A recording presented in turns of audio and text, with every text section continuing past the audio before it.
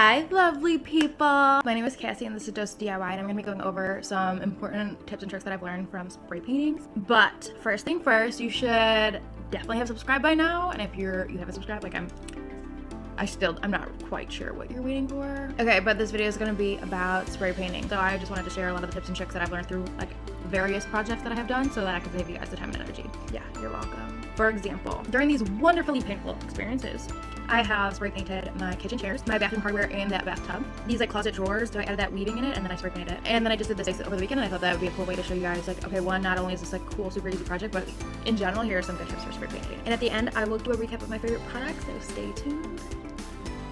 Let's dive right in. Lesson number 1, prep actually matters. I was the person who's like, all right, this is just like BS, like I don't have to do all this, but unfortunately you do. So what I mean by that is like obviously whatever you are painting, you gotta clean it. Otherwise, if it's like dusty or whatever, if there's stuff on it, if you try to paint that, it's just gonna come off with the dust. Like it's not gonna stick onto it. It's not gonna look smooth. It's not gonna look good. So you gotta clean that. And if you're not sure what I mean, then you can pause here and read through this. And then the next thing is like setting it up. Like if, for example, you're doing something like indoors, the prep part of it actually takes a lot of work. So I learned the hard way that if you are spray painting indoors, it goes everywhere. Everywhere. So make sure everything's covered, and I mean everything. So I thought this was good enough, and it was not even close. I had to end up turning it into a Dexter crime scene because that spray paint was going out the door and just like roaming down my halls as if it was a nosy guest. You know what I'm talking about. And if you are unfortunately like me, then here are some products that I use to help clean it. But covering everything also includes yourself.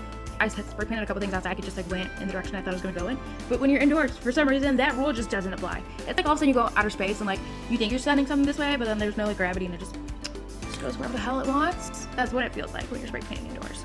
So just be prepared for that. As proof of this, so I took off my gloves. I had like this little dots and like or splatter, whatever you want to call it, all over my arms from this black spray paint. It just looked like I had really hairy arms for a couple days.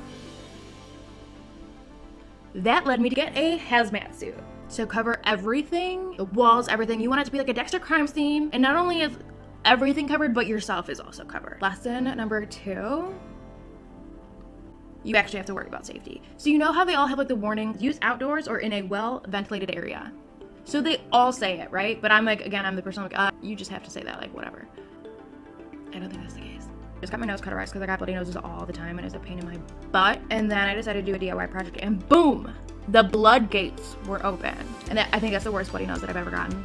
So my advice to you is to wear a respirator mask. And I know it's like, oh my god, I'm gonna look like so dirty. And you do, 100% you do. So it interferes with like the mucosal lining. So like that's like the lining inside your nose and like lining inside my mouth, the lining of my eyes, all of that. So spray paint can't interfere with those linings. So that is why you want to have a respirator out so that you're trying to protect those linings when we are using these. So I definitely recommend these and I learned that the hard way. Technique. You don't want to be too close. So most of them say to hold it 10 to 16 inches away from the surface. When you get too close, like it just has like too much liquid and then you get like those drippy marks and it's not going to look good. So listen to, again, what the bottle says, like you want it to be a decent amount away. And if you see that starting to drip, then just pull it back. I usually do 2 coats because since it's spray paint, it's kind of easy to like miss a little area or something like that. So it's just the best practice to make sure that you're getting something even. But so for 4, some of my favorite toys. This is going to sound so stupid. This thing is my favorite. So for these kinds, when I press it down, like my finger gets tired, and that sounds ridiculous, I know. But it's hard to like get an even coat if your like finger is getting tired, so you're not pressing down as much, you know? It's hard to like keep that as even. Versus if you have like these kind of bottles, you just have to like push this little trigger, versus this one you have to like push down at the top. So one of my absolute favorite things is this, and you just snap it on like this. And then when you click this, it presses down at the top. So it's super easy. And my next favorite thing is my tent. Before I would just put like cardboard boxes and stuff or whatever on my balcony and then spray paint on it. But over the summer I put these like cute little wood tiles. If you haven't seen it, look for this thingy up in this corner to see my awesome patio/balcony. But yeah, so ever since I got that, then I use a tent so I don't have to worry about getting spray paint on that. So this is the tent. You can like easily put it in this like little tiny like package. And when it's expanded, it fit all 4 of my kitchen chairs. So it's pretty big, but it does a great job of making sure you're getting like all of the spray paint within like the little enclosed area. Obviously, if you have like a backyard or anything, then you probably don't need it. But if you are in a like confined area and have like a small like patio, balcony, whatever like me, and you don't want to get it all over your balcony, then I think that it's awesome. I like the Rust-Oleum brand, so I have like a whole container. I just like grabbed a few examples for the video, but it's a well-known brand, sticks well, it's high quality, so I stick with it. My favorite things is actually this. So it's like a textured spray paint. So I have like an old outdated base, and I tried to paint over it previously, but I didn't like how it was turning out. And then I saw this and I was like, yes, please. And then it gave it that cool, like that modern look that's like more in right now, like the clay look. And now I think it looks so much better. So I was very pleased with it. And this was only like $9, so that was awesome. And again, I will link all these for you guys. Hazmat suit so it doesn't look like you have hairy arms. Then my respirator and my goggles to make sure that I'm being safe. And I use a super fancy way to protect my shoes. And that's with some grocery bags. I know, I'm bougie. I suffered so that you didn't have to. So the least you can do for me is subscribe to my channel.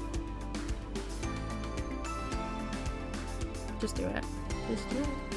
Just like click the button. That's all you have to do. That's all I'm asking. It's just like,